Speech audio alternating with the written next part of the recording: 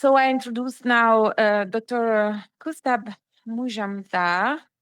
I hope I said it correctly, but please, Yeah, you can also correct spelling. Assistant professor at Ramakrishna Mission Vivekananda Education and Research Institute in India, and associate fellow at Harriet Tubman Institute in Canada. Dr. Mujamdar presentation, Cultural Words of Forest, Santhal Perspective on Sacred Landscapes and Conservation, will draw on ethnocian scientific insights to highlight how Santhal communities perceive forests not just as ecological spaces, but as living and spiritual entities. His work challenges top-down conservation definition by foregrounding indigeneity as a dynamic decolonial approach to stewardship. Here you are, the floor. Thanks. thank you, Alessandra, for your invitation and arranging such wonderful program. And as I've been attending so far, and it has been so insightful and interesting. Good morning, good afternoon, and good evening to everyone from the different parts of the world. Uh, so today, uh, I will discuss about the cultural world of forest, Santhal perspectives on sacred landscape and conservation. And this presentation, basically, I will discuss about how these Santhal people in India's West Bengal, as the largest indigenous or one of the Adivasi communities, understand and engage with forest, and not merely as resources, but as sacred, moral, and living worlds. And it is a part of my PhD fieldwork during 2018 to 2020. And through this, I aim to highlight how their eco-spiritual worldview offers different kinds of pathways to conservation that roots into their culture, reciprocity, and respect. So, uh, for the Santhals, that forests are far from the ecological spaces and they are living in entities that breathe, they can feel and participate in human life, and their worldview integrates the spiritual and ecological into a single moral cosmos. And interesting, it is central part is to understand how the Santhal rituals and beliefs and customary norms sustain both ecological balance and the spiritual harmony. And unlike the technocratic or materialist conservation models that focus on data and the control, and indigenous approach like those of Santhals emerge from like ethical relationship with this environment. So, uh, so based on these guiding questions, I explore here that how do eco-spiritual worldviews shape the indigenous conservation ethics. So, the Santhal basically inhabit regions across the Jharkhand, West Bengal, and Odisha and Bihar district of India. The Bihar states are in India, and their cosmology is basically deeply rooted into their relationship with their nature. And at the center of their worldview, as which is called as Jahir, that can be understood as sacred groves, and the bonga, which means that as a kind of spirits that believe that who is the protector of the forest and the sacred groves, and they believe in a kind of spiritual continuum that connects the human forest and the deities, what we call that human forest spirit relationship that is well established by Professor L.P. Vidyarthi. And in this worldview, the nature is not inert on external concept, and it is an animated and relational concept in the Santhal worldviews. And here the forests are living in, not resources. And this relational understanding forms the ethical foundation for the ecological practices. And regarding the sacred landscapes in their Santhal life, the sacred grove, or we can say that Jagir Khan, which is a central site for their worship in every Santhal village, to be home to protective spirits and ancestral deities. And at the heart of the cosmology is Marang Guru. So Marang Guru is a concept who is a protector and who is a spirit, and we can say that it is a forest deity. And apart from that, there are a lot of ritual festivals, like which is called Baha, Sorai, and Karam. So, these are synchronized with agricultural and ecological cycles. For example, like Baha celebrates the blooming of flowers, while the Sohrai is a kind of festival where they worship the cattle, basically the buffalo and the cows. And during these sacred periods, they have a lot of taboos like hunting, tree cutting, or uh, disturbing the forest are strictly observed, and ensuring that ecological rest and regeneration. And thus, the spiritual observances are related with the ecological governance. And talking about the uh, different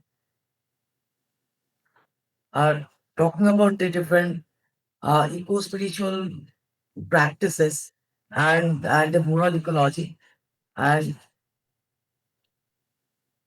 this and here the forest can be understood as moral spaces where the humans are related with the forest, and forest are perceived as the entity of the human being.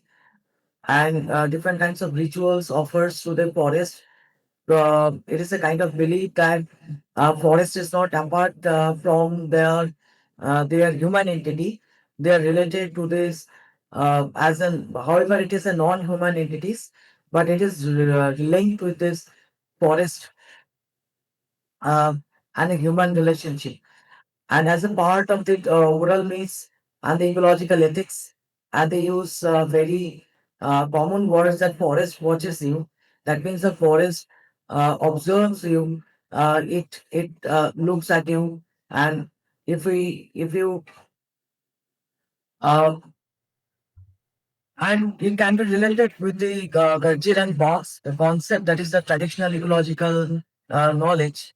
And then we're talking about the customary rules and ecological governance that Santhal Forest Management and operates through some traditional governance structure like Manji Pargana system, which is a very famous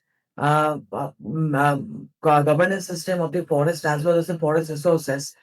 And access to the forest areas is basically regulated by the customary norms, and which are decided by collectively through the village councils. And there are clear rules that no overharvesting or no cutting down of the trees, no pollution of the water resources or the other water bodies. And these are not the that written kind of written laws, but some kind of moral obligations that tie to the community well-being as well as the spiritual harmony. And specifically, women are the ritual custodians, and they play vital roles in maintaining their purity of these jagged sites in the transmission of ecological knowledge. And overall, this system reinforces this kind of collective ownership and communal responsibility, and rather than a kind of private extraction. And talking about the continuity and that kind of transformation practice, despite there are many pressures faced by this indigenous community, and Santhal sacred groves remain one of the central centers of the cultural resilience. And of course, and traditions have adapted, like the Christian and the Hindu modern influences have blended with the older ritual forms, and we can see some emerging practices where the younger generation reinterpret rituals through ecological restoration uh, movements. And while different kinds of different local non-government organizations and the other community-based organizations have started reviving these sacred landscapes through heritage-sensitive conservation practices, and which respects both the ecological and the spiritual dimension of the nature, whereas the youth groups and they replanting their native trees in giant sites and mapping the sacred spaces and asserting their cultural rights. This movement show that the tradition is not kind of static; it evolves creatively under changing conditions. And talking about these some constraints as faced by the uh, ILCs IPLCS, and this historically there are a lot of they are displaced from the forest lands during the colonial British colonial period, and through some restrictive forest laws and a legacy that continues through some kind of mining expansion and state forestry projects. And the second one is that the erosion of customary rights over their sacred groves often go unrecognized in formal conservation frameworks, and the forest department often treat their sacred grove as a reserve forests without acknowledging their spiritual governance, and the most importantly, the cultural assimilation, whereas the Christianization and the modernization sometimes dilute their rituals, their forest conservation practices, and finally, the climate change and economic pressures, and such as the forest deforestation and the migration, livelihood insecurity. This erases the time and space needed for ritual and ecological practices. And the policy fragmentation, like the fragmentation is another issue, as most interventions by the state or NGOs treat this community as a beneficiaries rather than they are the co-producer of the knowledge, or the as uh, treat them as the knowledge holders. And so we can rethink the indigeneity and the policy direction. And given these challenges, we need to rethink that how indigeneity can be integrated with the policy and the governance system of the forest. And we need to rethink that how indigeneity, not as a fixed ethnic level, but as a continuum of cultural practice grounded in everyday relationship to land, ecology, and spirituality. And policy should move beyond the categories of scheduled tribe and what we categorize as some tribal groups, which who are identified as the Indian constitutions. They are called basically the scheduled tribes or the forest dwellers, to recognize the functional relationship between communities and their ecosystems, and the co-management of the sacred landscapes under the Forest Rights Act and the Biodiversity Act 2002. And we may include some indigenous representatives in conservation and heritage governance boards, and most importantly, um, adoption of some heritage sensitive conservation practices and models which can endorse the values, rituals, and the ecological knowledge equally. And, um, and most importantly, the decolonial lens, one that recognizes that indigenous epistemologies as valid and legitimate knowledge systems, not as a folklore or a belief system. And as in concluding lines, I would like to mention that the Santhal community's relationship with their forest remind us that conservation is not just a technical act, but is a kind of moral and spiritual practice.